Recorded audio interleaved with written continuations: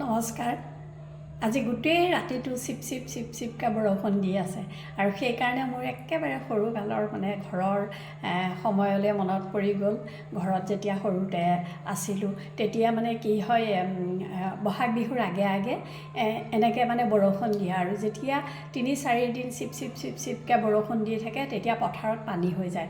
পথাৰত 1 ফুট মান পানী হৈ যায় আৰু দ পথাৰবিলাকত, বামবিলাকত অলপমান কমকৈ হয়। তেতিয়া আমাৰ দেউতাই বাঁহেৰে ঠোহা বনায়। ঠোহা কি জানেনে? জুলুকিতকৈ সৰু এডাল বাঁহৰ দুটামান গাঁঠি ৰাখে আৰু তাৰ ওপৰখিনি মিহিকৈ কাটি দিয়ে। কাটাৰ পিছত টঙাল দি এনেকৈ মেৰিয়াই পেলাই মুখখন ইমানখনমান কৰে আৰু বাকী ছাইডটো এনেকুৱা সৰু হৈ থাকে। সেইটো নি পেলাই পথাৰৰ আলি সেই জোখত এনেকৈ কাটি পেলাই সেই ঠোহাটো পাতি দিয়ে আৰু পানীটো সেইপিনে চলি যায় নহয়, তেতিয়া মাছ লাগে। আৰু কি মাছ লাগে? একদম পুঠি মাছজনী এই পেটত যে একদম ৰঙা চিনটো থাকে, সেই তেনেকুৱা পুঠি মাছ লাগে খুব বেছিকৈ। আৰু শিঙৰা মাছটো লাগে আমাৰ তাত, আৰু গৰৈ মাছটোও লাগে মাজে মাজে। সেয়া তেতিয়া আৰু আমি দেউতাক কওঁ আৰু সোধোঁ আৰু এই যে বৰষুণ দিয়াৰ লগে লগে যে ইমান মাছবিলাক ক'ৰ পৰা আহিলে?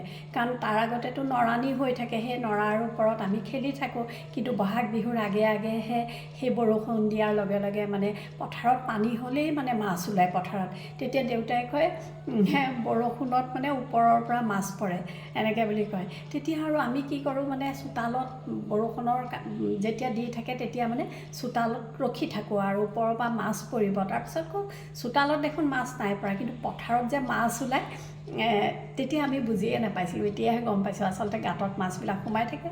বৰষুণ পৰাৰ লগে লগে সিহঁতি ওলাই আহি উজান উঠি পানীটো যেনিয়ে বৈ যায় তেনিয়ে মাছখিনি এনেকৈ যায়। আৰু যাওঁতে সেই যে গোটেই পথাৰখন বন্ধ কৰি থয় আৰু এটা এটা লুৰ খানি ঠোহা পাতে আৰু তাত মাছ লাগে। সঁচাকৈ ইমান ভাল লাগে ন, আৰু সেই মাছ খাবলৈ ইমান টেষ্টি। তাতে এনেকুৱা ঠাণ্ডাও পৰে, যেতিয়া বৰষুণ দিয়া বহাগৰ আগে আগে ঠাণ্ডা পৰে। আজিও ঠাণ্ডা পৰিছে, গতিকে মই ফিৰণটো পিন্ধি লৈছোঁ দেই।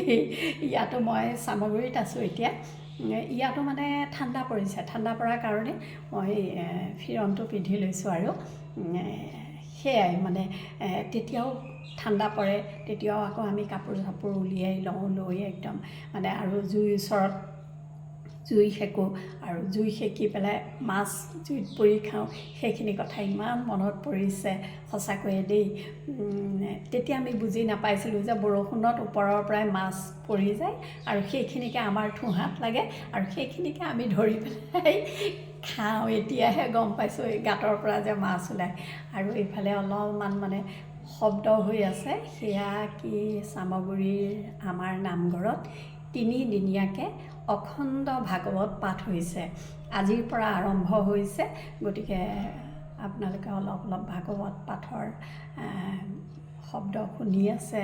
ভগৱন্তৰ ওচৰত ভাগৱত পাঠ কৰিছে।